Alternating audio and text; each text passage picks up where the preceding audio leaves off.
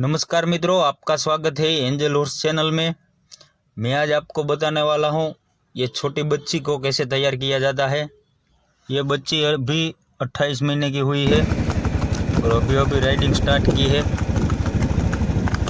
आप देख सकते हैं ये वीडियो में ये छोटी बच्ची को कैसे तैयार किया जाता है। तो मित्रों, ये वीडियो देख के आप हमें बता सकते हो ये बच्ची कितनी तैयार होगी। मित्रों, ये वीडियो देख के आप हमें बता सकते हो ये बच्ची की चाल कैसी और कितनी निकलेगी।